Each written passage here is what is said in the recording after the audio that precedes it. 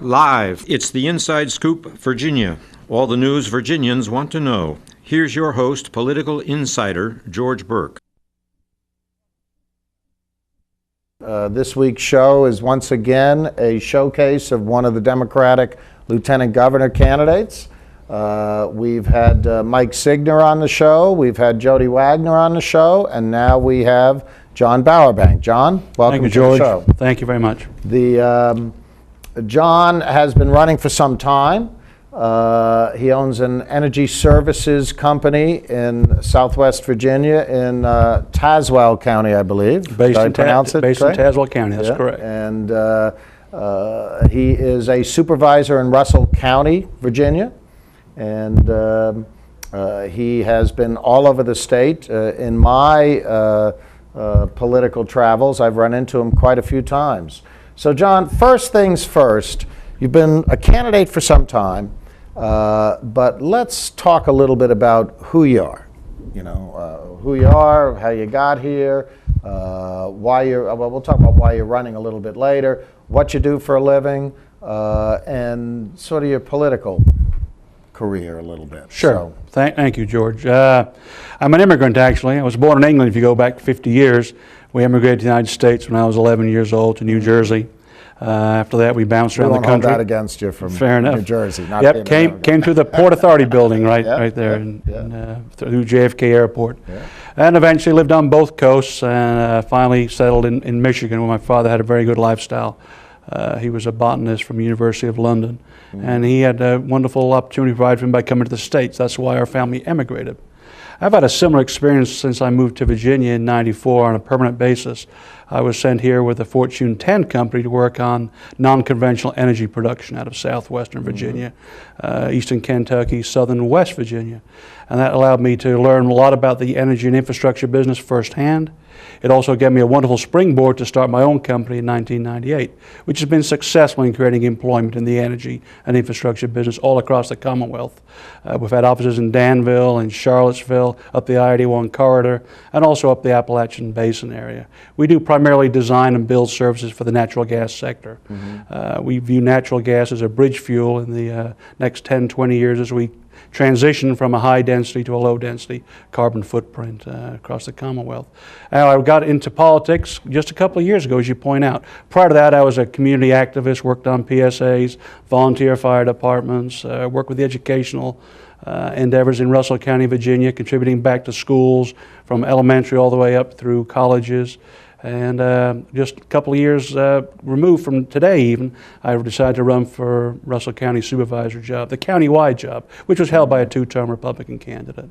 So it was a chance to give back and move the Commonwealth forward. I decided to run for Lieutenant Governor. You have 3 kids in the schools down there, correct? I do. I've got my first grader, Tori Beth, who's six years old, a firecracker. Sometimes it amazes me how kids can be so different out of the same environment. She's wide open all the time. She goes to school in Belfast, Virginia. I've got a 6th grader called Sean Thomas, who's 11, and he goes to school in the oldest continuously used school building in the Commonwealth of Virginia, in Elk Garden, Virginia. And then lastly, I've got a college junior, 3rd-year college student who's actually home right now earning some more money so he can go back to school hopefully this fall. So yeah, I've had products of Russell County schools in my family. Well, welcome to the show. Thank you. Before I even start asking you about some issues, why don't you give me a quick overview on how you see the campaign going? You've been in this campaign, what, a year and a half, a year? I mean, in terms of when you really sort of started laying the seeds. It's been some time. Right. Give me a 25-cent view on how you see the campaign. Sure. It's been a wonderful experience, and I would advocate for anyone considering running for political office to do it, no matter what level it would be. I've had the chance now to travel the Commonwealth, like you said, almost 18 months. It'll be 18 months come primary on June the 9th. We'll have over 100,000 mile mark on the vehicle this coming week. We're rolling out our jobs tour all across the Commonwealth. I did notice on your website there's a little odometer on there when I was doing it's a little undervalued right now. It should be about 98,000, so I need to fix that. Well, the campaign has been, like I said, a wonderful, rewarding experience. Got to travel and meet folks from Lee County in the far west, all the way out to Accomack County on the eastern shore, from Arlington down to Pungo, just south of Hampton Roads. And everyone's interested in the same thing, the economy, the economy, the economy. Folks are concerned whether it's elderly people, what their value in their home is, what their value in the 401k plan is. To give you an example, my mom's in Michigan right now and getting ready to sell the family home up there in the thumb of Michigan. And the house which my father and her built and remodeled and added on, lived, raised a family in Michigan, the value they thought was in that home, they got the stark realization my mom did on Friday that it's not worth what they originally thought it was going to be. Folks in Prince William County, close to this studio here, have the same issue. Folks all across the Commonwealth do. Folks in our age group are concerned about keeping their jobs, being able to work it through to retirement. Younger folks looking for a future, for opportunity through the educational system, and then to find good paying jobs post whatever school they finally matriculate into and graduate from. I just want to remind our viewers that our phones are open tonight, 571-749-1166. I believe you can also email us, and when the crew puts it on my teleprompter, I'll tell you where you can email us at. I think it's also web streaming tonight, and that web stream is at Inside Scoop, or you can email us at insidescoop@nova.org. And maybe they'll also tell me how you can watch the web stream. But we are out there, and those who know the show apparently can find it. So you're better on the internet than I am. Tell me a little bit more about your company, John. You got 200 some odd employees. Infrastructure, you guys build pipelines and build means of transmission for natural gas and other energy sources. I presume that's the thrust of it. That is correct. Yeah. We do work in the energy and the infrastructure sectors. Those are our two business models. We knew that employment opportunities were in short supply in southwestern Virginia. I had the chance in 1998 to move back to Houston, Texas with my employer. I'd moved to Virginia single with no kids. At that point I was married, had a stepson and our first child together, Dean and I. I love the area. I moved to Southwest Virginia, fell in love both literally and figuratively with Southwestern Virginia. I saw the opportunity that energy was going to be on the forefront of development in Southwest and up and down the Appalachian mountain chain. So I took a chance and started a business. I agonized on it for months in my garage. I got a room above my garage I contemplated this decision on. Didn't have any capital at the time, so I took out a mortgage on my residence, which I still own, by the way. I keep that mortgage in place just to keep myself honest. Also, rifled the 401k plan, paid the 10% penalty, which I didn't know existed until I did my taxes the next April. And we hired one person, then two. We anguished for the longest time over our first major capital expense, which was for a little Bobcat loader. About $25,000 purchase, but for us at the time that was a huge change. It was a deviation from being more of a consultant to an actual contractor where the rubber hits the road, no pun intended. And we kept on growing and growing. Folks asked us, well, you can design stuff, but can you build it? We weren't really sure. We tried it. We liked it. Results were fairly profitable. And our high watermark, we had over 300 people working throughout Appalachia. And certainly they need the jobs in that area. True, sometimes people in Northern Virginia take the rest of the state for granted, but there are great disparities between different portions of the state. The 11th congressional district's the wealthiest congressional district in the nation, but a couple of the districts on south side and southwest, the median income is much, much, much lower. And sometimes people don't realize, we're all one Commonwealth, sometimes people don't realize that while jobs were plentiful here, I think we're seeing jobs falling off even in close in Northern Virginia among some of the contractors and the like. It's been a struggle in the Southwest and South Side for a number of years, even when the economy was booming in other portions of the state. So I'm sure those jobs are coveted. You are going to unveil a plan tomorrow. You apparently had a debate this afternoon with your two opponents in Clifton, the Democratic Women of Clifton, and I believe there are a couple of other organizations involved. Again, I've been to a couple of those. So tell me how you think that went, and then I want to get into this jobs plan that you're talking about unveiling. Yeah, the debate today, like you pointed out, was over at Clifton, all three lieutenant governor candidates there. And we have a wonderful group of candidates, by the way. I'm honored and privileged to be part of that group for three. It's whittled down now to Jody from Hampton Roads, and of course Mike from up here in Arlington. And we all respect each other. We all get along very, very well. We've all got differences from experience and also plans on how we'd move forward. And I think today's debate was another opportunity for us to illustrate why we contrast and compare ourselves. Now, our jobs plan comes out tomorrow, and it's based on what I've done for 22 years in the energy and infrastructure business. I'm a big believer in you know what you know. And I know the energy and infrastructure business, and that is where I firmly believe the opportunities to grow the economic development model that I've come up with in Virginia are going to work. You mentioned yourself about contractors up here in Northern Virginia struggling. Well, I do see more yellow steel moving now the past couple of weeks. So hopefully that's part of the stimulus money's getting down to where the rubber hits the road and becoming an advantage for folks here in Northern Virginia. But we're going to, our energy bill and our infrastructure component of the package. It's a 22-page document, by the way. It's very professionally done. It'll be available on the internet tomorrow at jb2009.com. But it's going to illustrate where I think we can work on job improvements across the Commonwealth. Again, centered in energy, whether it be alternative energy such as wind and solar and geothermal, and how can we do conservation measures. Things to improve our energy efficiency, but also create employment. And the same rings true for infrastructure. How do we build back some of these major infrastructure deficiencies we have, not only Commonwealth-wide, but also U.S.-wide. But obviously, as running Lieutenant Governor, I'm more concerned about what happens in the Commonwealth of Virginia.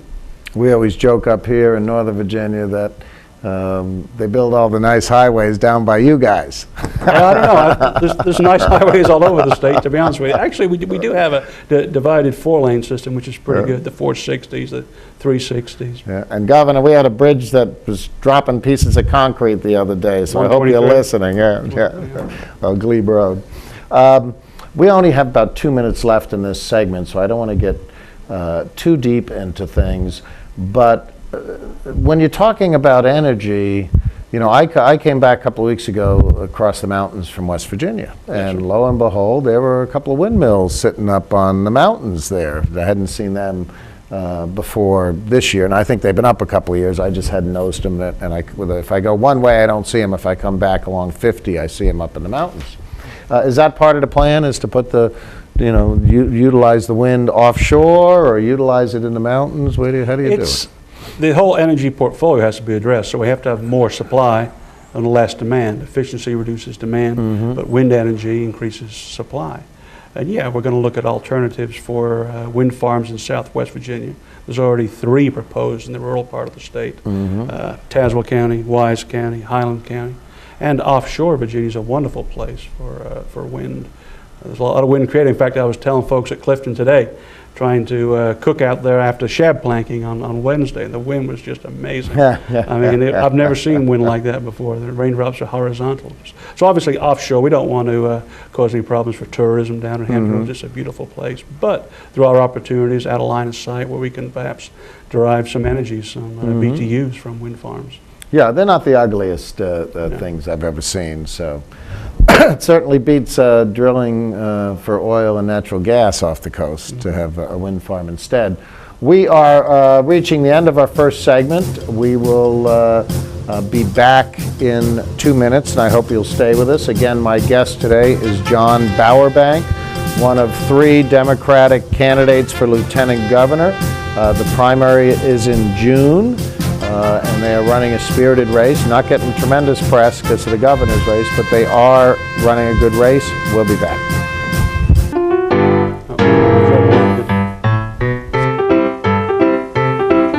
There's more than just books at the library.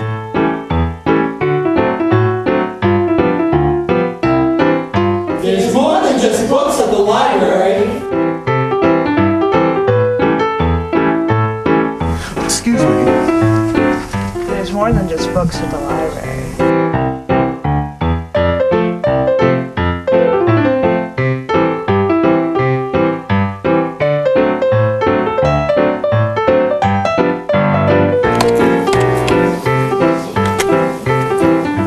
Il y a plus que de livres à la bibliothèque.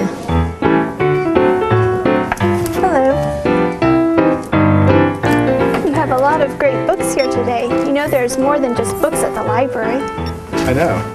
There's more than just books at the library. I don't want to be hooked to a machine. I want all the medical treatment available to me. I wouldn't want my family to have to make this decision. My doctor knows what's best for me. An advance directive is your life on your terms. Talk with your family. Decide what's right for you. Then put it in writing. Documenting my wishes today means my family won't have to make heart-wrenching decisions later. To learn more, visit www.putitinwriting.org. 1,200 American youth run away from their homes every day. The National Runaway Switchboard is here to help. 1-800-RUNAWAY. If you are a runaway, thinking about running away from home, or a parent or guardian concerned about issues facing your child, call us 24 hours a day. 1-800-RUNAWAY. In times of crisis, hope is just a phone call away. 1-800-RUNAWAY.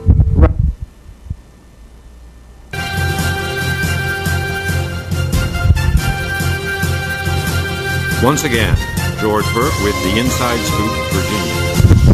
Welcome back. My guest today is Jon Bowerbank, Democratic candidate for Lieutenant Governor. Jon hails from Russell County. He's a member of the County Board of Supervisors down there. He's 49 years old.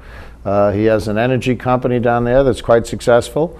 He's got 3 kids and a beautiful wife, and he moved there in the early 90s and opted to stay. It's a long drive from there to here.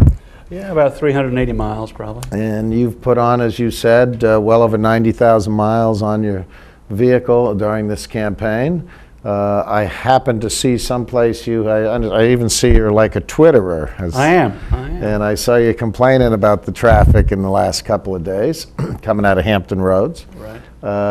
What do we do about it? I mean, you've spent enough time up here now, Jon. I know you've been stuck in our traffic. I mean, it is a millstone around the neck of our economy. There are companies that are hesitant to locate here because of our traffic and our transportation issues, because time is money, and it's almost impossible to leave from one point to another and promise you're going to be there on time up here on any given day of the week, even now on the weekends. Right. What do we do? How are we going to solve it? The House of Delegates particularly continues to fiddle like Nero with Rome burning on the issue, predominantly the Republicans. Right, you're right. And one of the reasons we're running for Lieutenant Governor is to hopefully take out Bill Bowling, who was probably one of the leaders of playing that violin. Quite an obstructionist when it comes to several issues, but transportation being perhaps the most important to folks Commonwealth-wide and specifically to Northern Virginia. The transportation problems are Commonwealth-wide. They're from different magnitudes and different scopes. Here, like you said, it's difficult to plan when you're going to be from point A to point B. That's why I got here an hour early today, just to make sure that I wasn't late. You know, and there's transportation projects beginning to start. Working on hot lanes up here now along the Beltway. It's a funding issue. As you know, the funding's model to fund transportation in Virginia was set up in the middle 80s and hasn't been modified since. The population of Fairfax County since the middle 80s, I don't know what it's gone from, but I know it's going to be 1.2 million probably when the census gets completed next year. And the population density has not increased or has not increased transportation options. On I-81, which I travel a lot, there's 200% more traffic just in the past decade and 2% more lanes. And as my fluids professor told me in engineering school, you know, traffic is a non-compressible fluid. You put more cars on, they do not speed up. As you know, they slow down dramatically. It took me 7.5 hours yesterday to get from Hampton Roads to Alexandria, where we have a field office. Wow, and that's at most it should be about 3 hours to 3 hours and 15 minutes. Right. Right. It's going to be how do we adjust the funding model to fix the problem. I think now everyone realizes, Republican, Democrat, Independent, they all get stuck in traffic. It makes no difference. They don't have hot lanes just for Republicans. That we're convinced that we're wasting millions and millions and millions of dollars monthly. Folks sit in traffic, lost quality time with their families, lost productivity at work. And we're willing now to make some sacrifices to make that thing happen. Now, we're going to have to work across the aisle in a bipartisanship way to facilitate transition and change to increase funding for transportation. Where do we find the money? Do we increase the gas tax? You know, that was a very controversial issue that was proposed in the last session early on. I guess they may have tweaked it a little bit just to protect the trust fund to do maintenance and repairs. But when I suggested that with a couple of our gubernatorial candidates in here early on, they were like ducking underneath the table because everybody wants, I guess, to avoid the word tax. But you know, we got to find the money somewhere. I mean, there isn't enough money now, and certainly this is a hard time to talk about that with the entire economy contracting and providing fewer revenues to the both state and local governments. I'm sure you're feeling it in Russell County as well. We are. Where do we find the money? I mean, I we can't avoid it. We got to move now. We do, but I think it's a wonderful opportunity we have right now in this Commonwealth specifically. More than any other state that I've visited and or lived in, Virginia is poised to come out of this economic problem that we're suffering worldwide, not just in the U.S., but worldwide. But Virginia is well positioned to take advantage of that. It's by far the best state in the union. I'm convinced of that. But you're right. Use the T word in a down economy, and as you well know, that doesn't poll very well, nor does it make a lot of sense. It's tough to put more funding requests from the general public. Where I think we get money back is we grow the economy, and we do it pretty doggone quickly. We put folks back to work. I mean, receipts in the Commonwealth's coffers, month on month, a year from now, a year past, have gone down 14%. Year on year, they're down 7%. So obviously, you have 7% less dollars to spend anywhere. The way we fix that problem is put folks to work as soon as possible in the energy and infrastructure business. That's why, again, I'm running for lieutenant governor, because I think I have a proven track record of creating employment in both those sectors in Virginia. Those are good, high-paying jobs. For example, at my company, we pay about 40% more than median income in southwestern Virginia. It's got a Fortune 10 benefits package. Those are real, hardcore jobs that we need to work into the Commonwealth of Virginia. Energy and infrastructure in the short run to increase the overall pie, and then take funds from that increased revenue stream back into transportation, back into education systems. Well, you're on education. We have a message that came in through our chat room. How can we make higher education more affordable? It comes back to growing the economy. It's the economy, the economy, the economy. Unless we have an economic turnaround, we're dealing with, by definition, we just said 93-cent dollars just based on what they were a year ago. They don't go as far. So we have to work on the economy in the short run. But the way we do that is creating jobs in energy infrastructure, like I've said before. Those are jobs not just for folks coming out of 4-year degrees or advanced degrees, but folks coming out of community colleges, folks coming out of high schools. Those are jobs which can provide a good entry-level income to folks that want to work in those two industry sectors. That's how we're going to work it out, by growing the whole economic picture.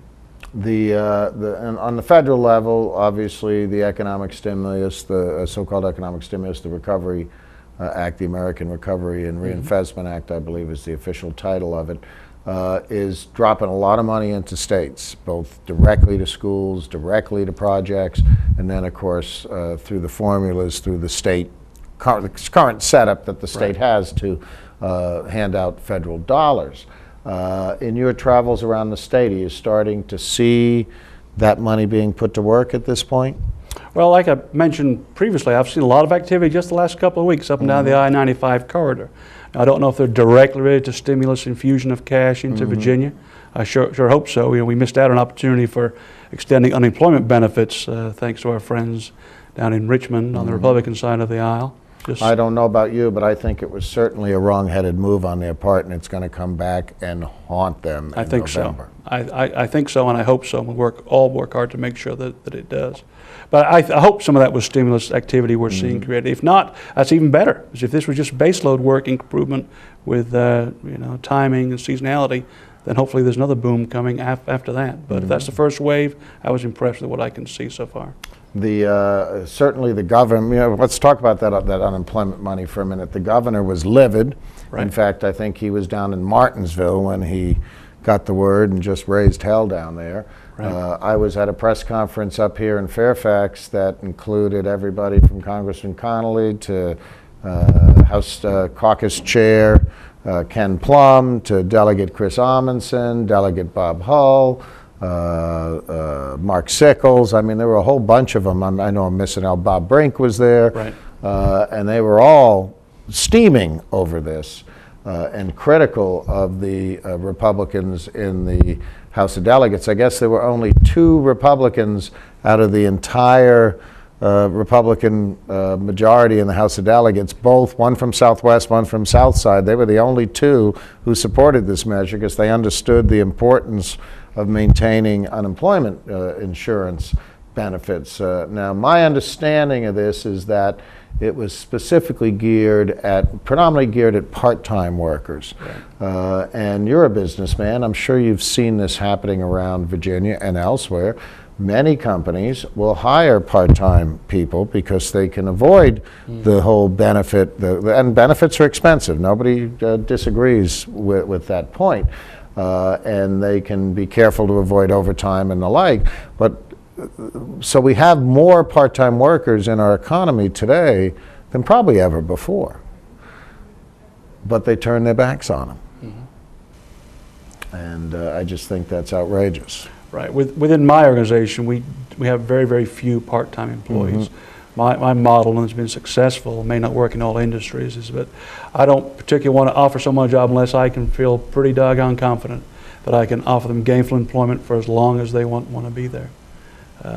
So we have very few part-time employees. But you're right, a lot of small businesses starting up do take that course of action, and there is some benefit avoidance by doing that. Sure, and I'm not being critical. I mean, some companies, particularly small businesses, that is what they need. I mean, they need people on a part-time basis. Right. And, you know, I fully am cognizant of the fact that there are many small businesses where the owners of those small businesses can't even afford health insurance for themselves and their families, no less for to pay a portion of that for their employees. Right.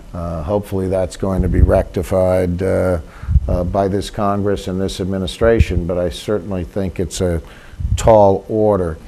We have just a few seconds left in this segment, but I did want to note you've gotten yourself quite a few endorsements. There's always an endorsement race. Right. We see it on the gubernatorial side. We see it in the lieutenant governor race.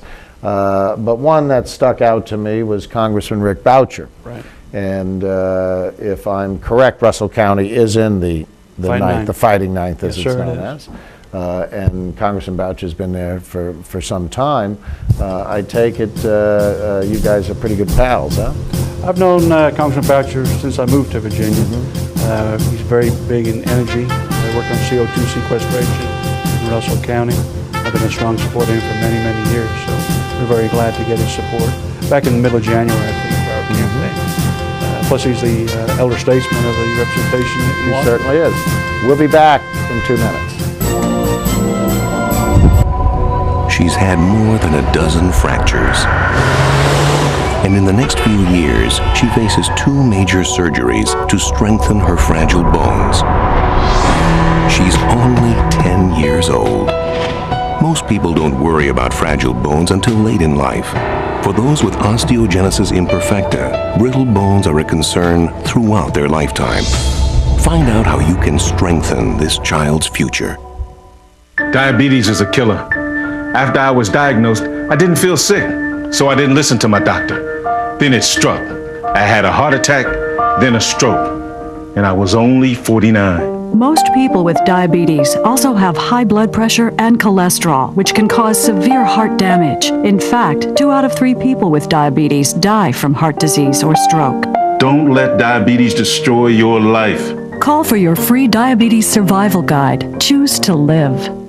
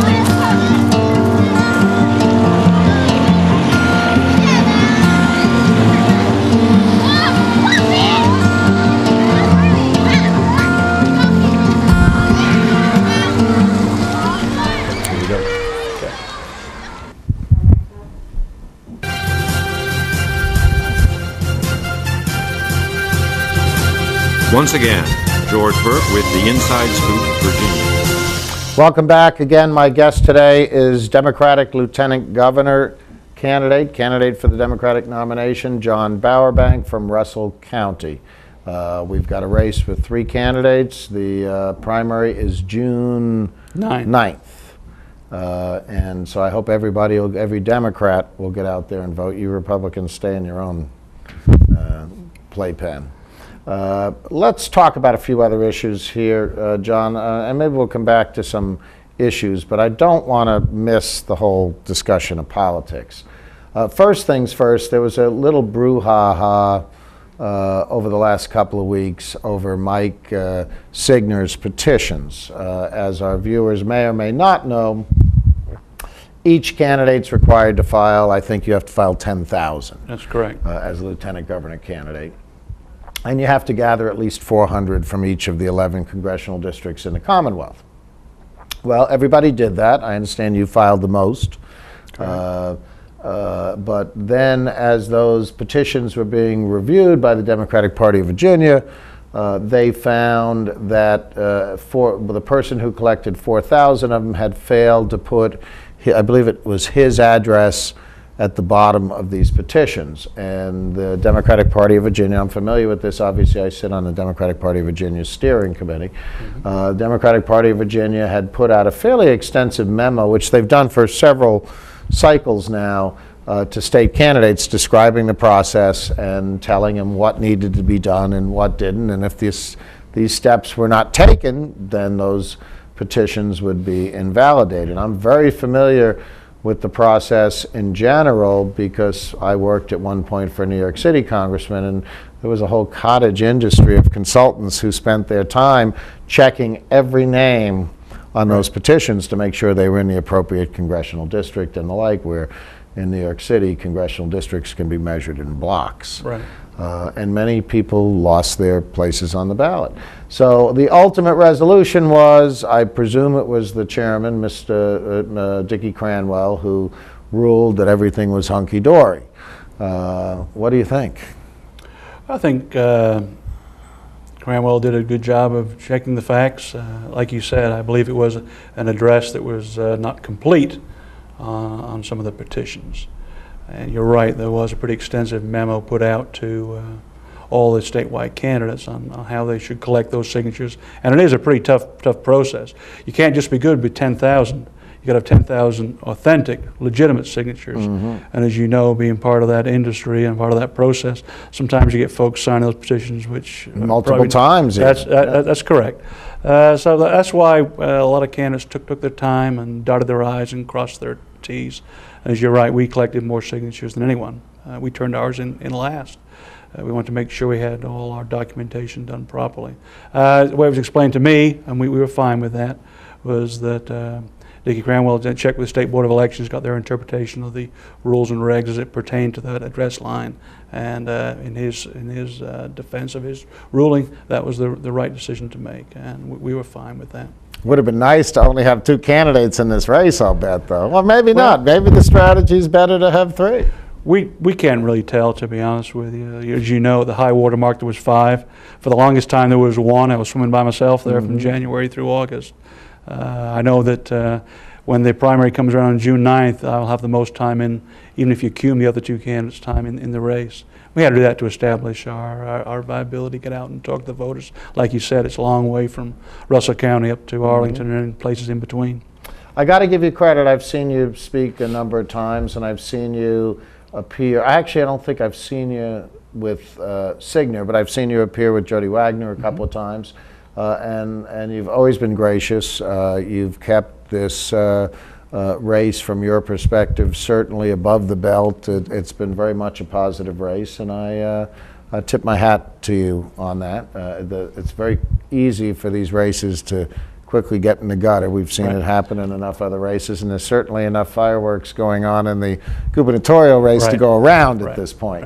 I think we're all focused, though, as Democrats, to make sure that we win in November. And there's no place for that infighting, in my opinion. We need to make poignant issues about where we contrast and compare ourselves, but name of the game is to unseat Bill Bowling come November. That is what we all have to stay focused on. And win a third term for the gubernatorial candidate as a Democrat. And hopefully get Steve Shannon through as the AG. We do that, we'll pick up 6 seats of the House of Delegates somewhere. Primarily down in Southwest and South Side is where there's perhaps some low-hanging fruit.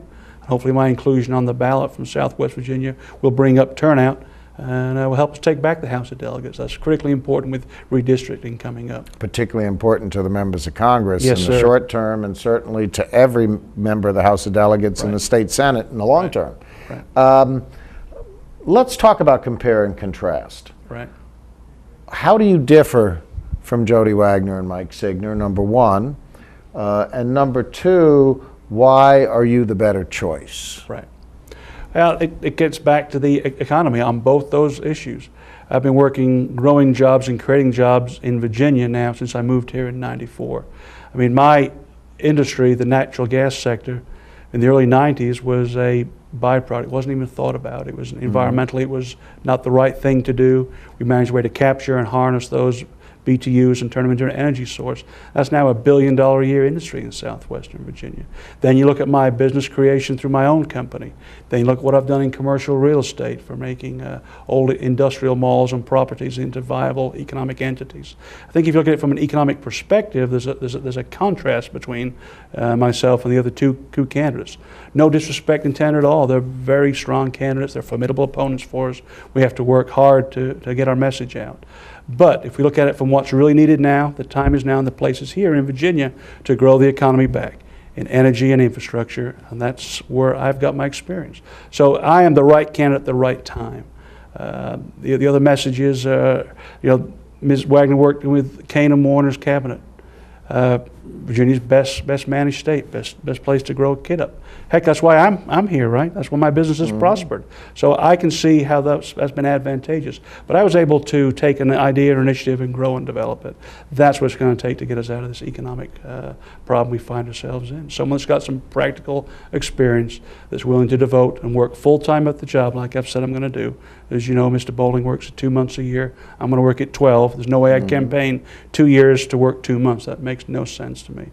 I know you do a lot of skiing. I know you're a very good and avid skier.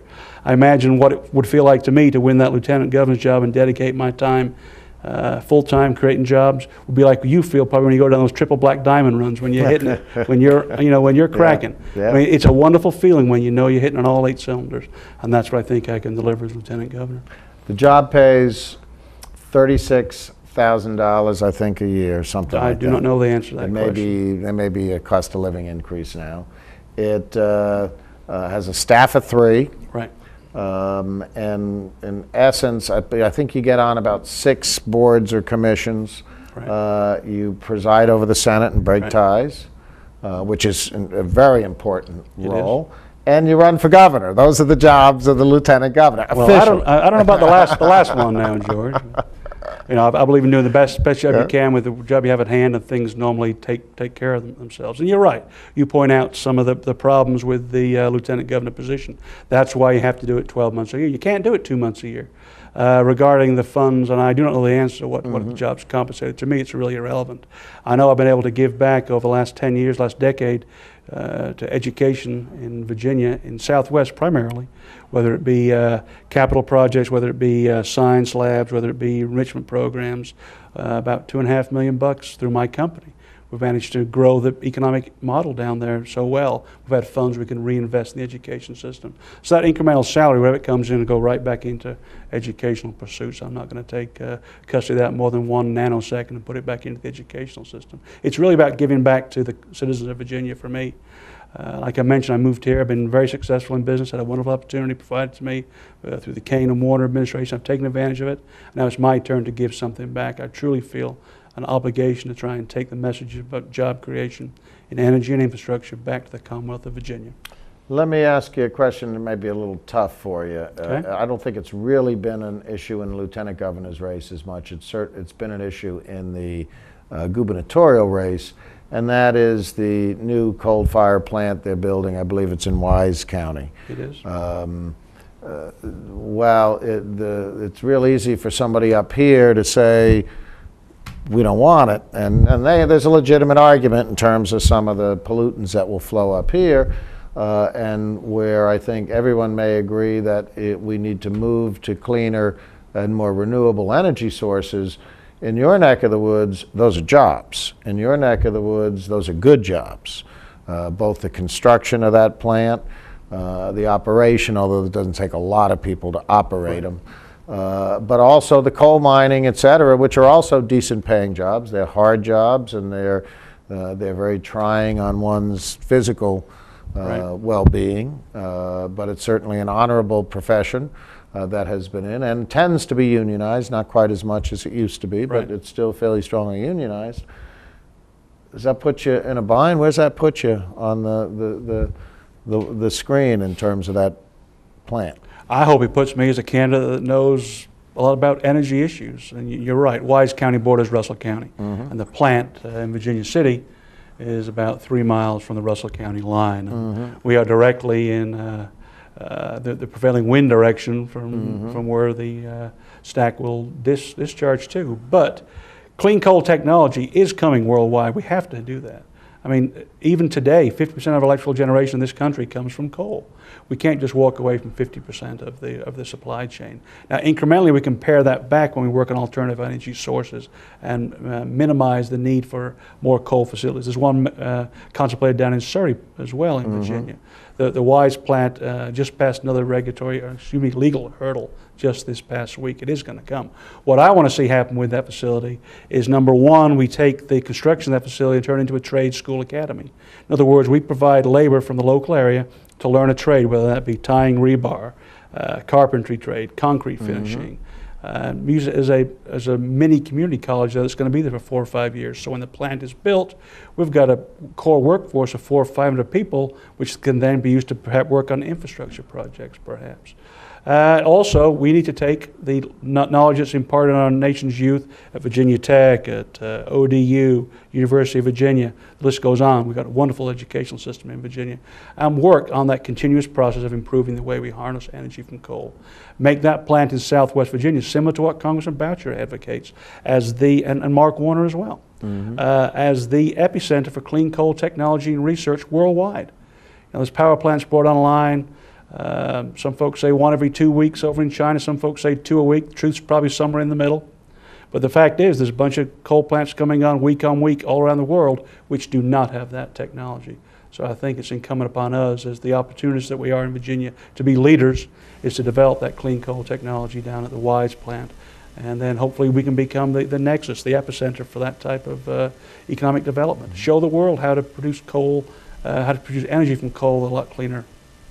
Plus that plant supplying power to the Northeast and probably to some of us in Northern Virginia who leave our computers running 24 hours a day, sucking the juice out. That's right. out. And there's a concern, if we don't address some of the electrical generation needs in this country, that folks in the Commonwealth of Virginia towards the middle of the next decade are going to have serious electrical problems. You know, we talk about smart grid, we've got to extend electrical lines, we've got to get takeaway capacity, wind energy, solar energy, all ties back into the energy business.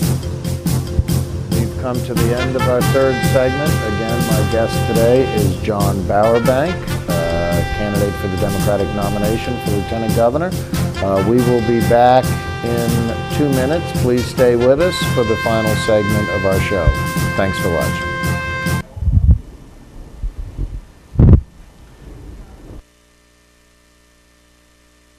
Saving for retirement might be easy for some folk, but for others, it might take a little more work. And for those who haven't started, there are still things you can do to catch up. Oh, that is good news. Like getting out from underneath past debt. And don't get wrapped up with high-interest credit cards. Get you some eyes. Be diversified with your investments. Don't put all your eggs in one basket. Your financial goals are not out of reach. The choice is clear. For a happy ending, choose to save. Everyone with alcohol and drug addiction is in the same boat.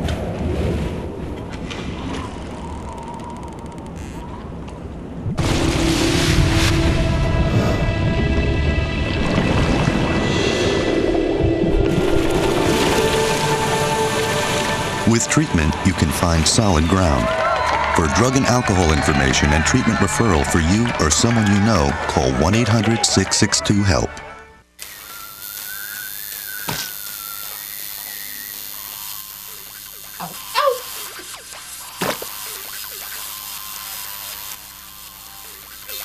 Dude, are you sure you want this tattoo? Because just do it.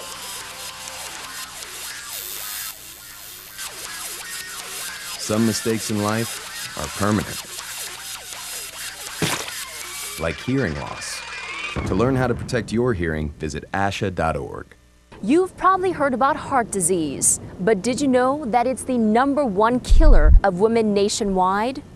Heart disease claims more lives each year than breast cancer, lung cancer, or strokes combined.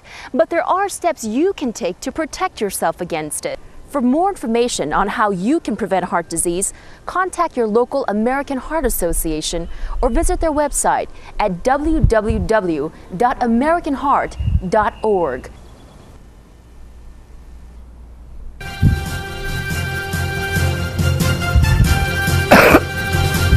Once again, George Burke with the Inside Scoop, Virginia. Welcome back to the Inside Scoop, Virginia, tonight with Jon Bowerbank, Democratic candidate for the Democratic nomination for Lieutenant Governor. Primary is June 9th. I hope everybody votes. Let's stick on the political arena for a couple of minutes. You've got a bunch of money in the bank. Right. And I'm sure you're going to spend it. It's tough. Having been involved in lieutenant governor races for lieutenant governor nomination in the past, it's tough to raise money. You have, last I looked, I think you got about $1 million or something in the bank, somewhere in that range, that you'll be able to spend in these final weeks. We must have got a really big contribution in the last few days. Well, I guess maybe I was looking at the overall contribution, overall what you received. Well, that's good news, George. I mean. Yeah. But you have a lot of money in the bank. There was some brouhaha that you've contributed, self-funded a bunch of it yourself. But I think we'll all agree that regardless of where the money comes from, that's sometimes the most honorable way to raise money, because then you're beholden to nobody. Right. And if you got it, you spend it if you want to win. But you're certainly competitive, if not more than competitive, in the financial realm. And as a former president of mine at the International Association of Firefighters used to say, money is the mother's milk of politics. How are you going to spend it? I know I'm not asking you to give away your campaign secrets, but it's pretty simple to realize that as we get in the final weeks of this campaign, somebody needs to sort of break ahead of the crowd and reach out and grasp or get the voters' attention, which I think, not for lack of trying by you or the other candidates, is mostly focused on the Democratic gubernatorial primary, and even there, that's not getting as much attention as certainly I'm sure their campaign people would like it to be. Right. So how are you going to grab the bull by the horns? I came through Richmond, like I said, on my way back up here to Northern Virginia. I'm not sure if the traffic jam was created by everyone trying to get out of town because Newt Gingrich was in town trying to raise money for Bill Bowling.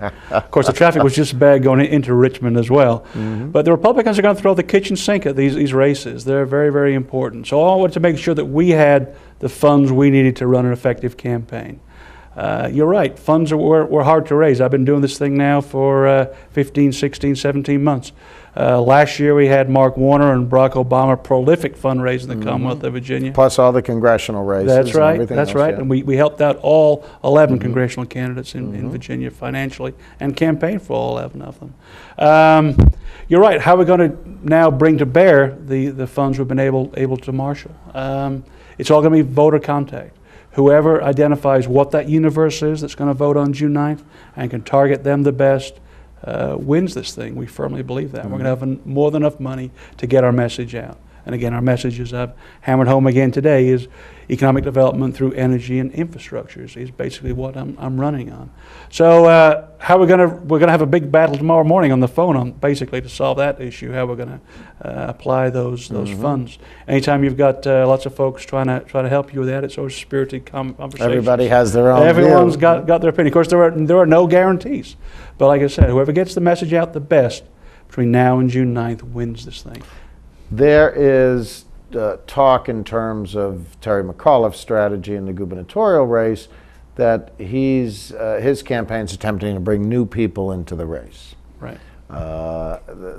Normally each campaign, as you said, slices up the universe and says, these are our voters, these are the people who are going to come out and vote, these are the people we're going to reach. Do you think Terry's going to be able to bring a whole new group of people into this that all of a sudden is going to catch everybody by surprise on primary day? That's I guess, in the gubernatorial race of this 10 seconds, the $5 million question, I guess. In our race, it's $1 million question. Of course, those numbers will increase as we get closer to June 9th. I don't know. I guess we'll be watching the election results. I can see Scott Serval right now on his laptop watching those things come in. There's definitely a lot more excitement since all three gubernatorial candidates have been campaigning hard since January 1. Whether that translates into a bigger universe, we don't know. I hope so. I mean, that's one of the stalwarts of the Democratic Party is getting folks involved, grassroots campaign, and certainly President Barack Obama was able to accomplish that. I got the privilege of meeting him twice in southwestern Virginia. He came actually to Southwest twice. Got to meet him twice down there. So will that continue into 2009? We need it to. If it's not here in June, we're going to have to work doubly hard from June to November to unseat Bowling. I think it's going to be tough all the way around for the Democrats in the general election here in Virginia. I just think it's the Republicans are going to fight as hard as they can. There are only a couple of states where there are races of import this year, us in New Jersey. Right. So they're going to be playing heavily in this arena, certainly after the primary, but I suspect even a little bit beforehand. Right.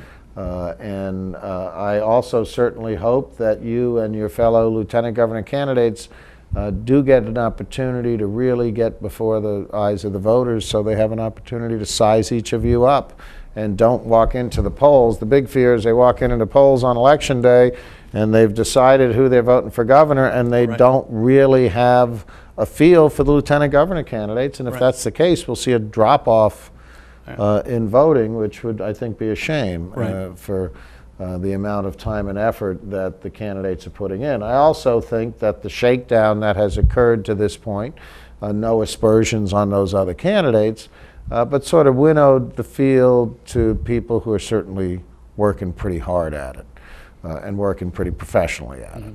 So that should make it interesting. Where are you going to concentrate most of your efforts in these final, what do we got, 5 or 6 weeks left, somewhere around a little there, more 50 than that. days 50 maybe? days or something. Yeah. I mean, is it in Northern Virginia? Is it in, you can't be everywhere at once and you can't be everywhere all the time. I wish you'd tell my schedule of that, by the way, George.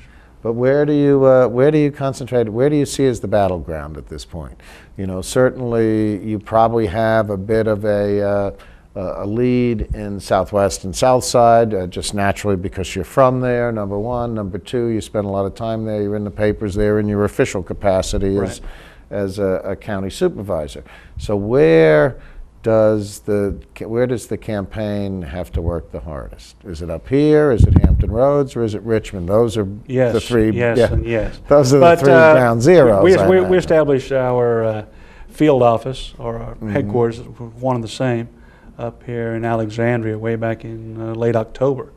Obviously, the population density indicates that voters, there's a lot higher density of them in Northern Virginia. You can touch them a lot easier than you can folks in Southwest and South Side or up the valley. So we're going to continue to spend resources in Northern Virginia. We're going to concentrate on our base.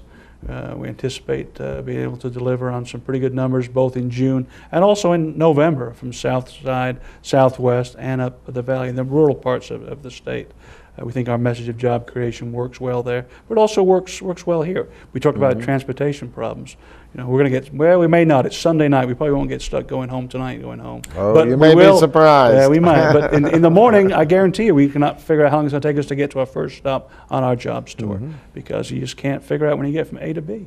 So folks are looking for a change. They're looking for some democratic ideals, and we're going to spend our resources and time wherever we think we can get our biggest bang for our buck.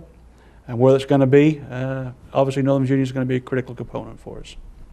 I try to do this every time with a candidate. You got about 90 seconds, maybe 2 minutes, to talk right into that camera right there and talk directly to the voters. I'm not here. It's your message to them. Right. And I highly recommend you ask them for their vote. Thank you.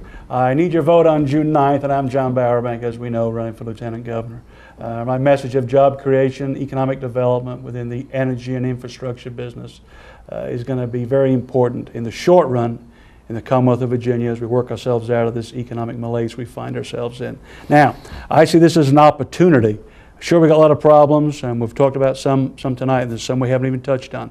But Virginia is very well poised to come out of this economic problem ahead of any other place in the United States. The reason being, we got great people from Lee County to Accomack, Arlington, Hampton Roads. The key is getting those folks out, getting them back to work, creating bigger economic wealth for the whole Commonwealth, so we can reallocate that to work on transportation, educational, staffing and funding issues. So me, with my experience, 20-some years now in the energy infrastructure business, well poised to be able to work to help grow businesses in those sectors. I will work full-time. My compensation will go back into my educational programs. I want to help Virginia come out of these economic problems we find ourselves in. We're well positioned to do it, and we'll do it in the energy and infrastructure business. And I will need your help between now and June 9th. There's ways you can go online at jb2009.com. You can contribute, you can volunteer, do phone banking. We've got signs to put up all over the Commonwealth. It's going to be a very exciting time, and we're going to have some good verifiable results on June 9th. Thanks for your time and listening to me tonight. Thanks, John. We just have a few seconds left, I toyed with getting into a couple more issues, but sure. I don't want to put you on the spot. That's we have okay. to talking about 1,000 miles an hour, right. And then not be able to get the question out. Let me just say that I wish you the best of luck, as I did with the other candidates. I think that the level of discourse in this race, for those of us who follow it, has been very high. Mm-hmm. Again, I congratulate you on how you have carried yourself in this campaign, and I think it's important that you keep it positive. It may end up where your handlers and our other handlers feel the only place you can get any traction is to take a bite out of somebody, but I hope that doesn't happen. Anyway, thank you very much. Our guest today was Jon Bowerbank, candidate for the Democratic nomination for Lieutenant Governor. Thanks for watching. We'll see you next week.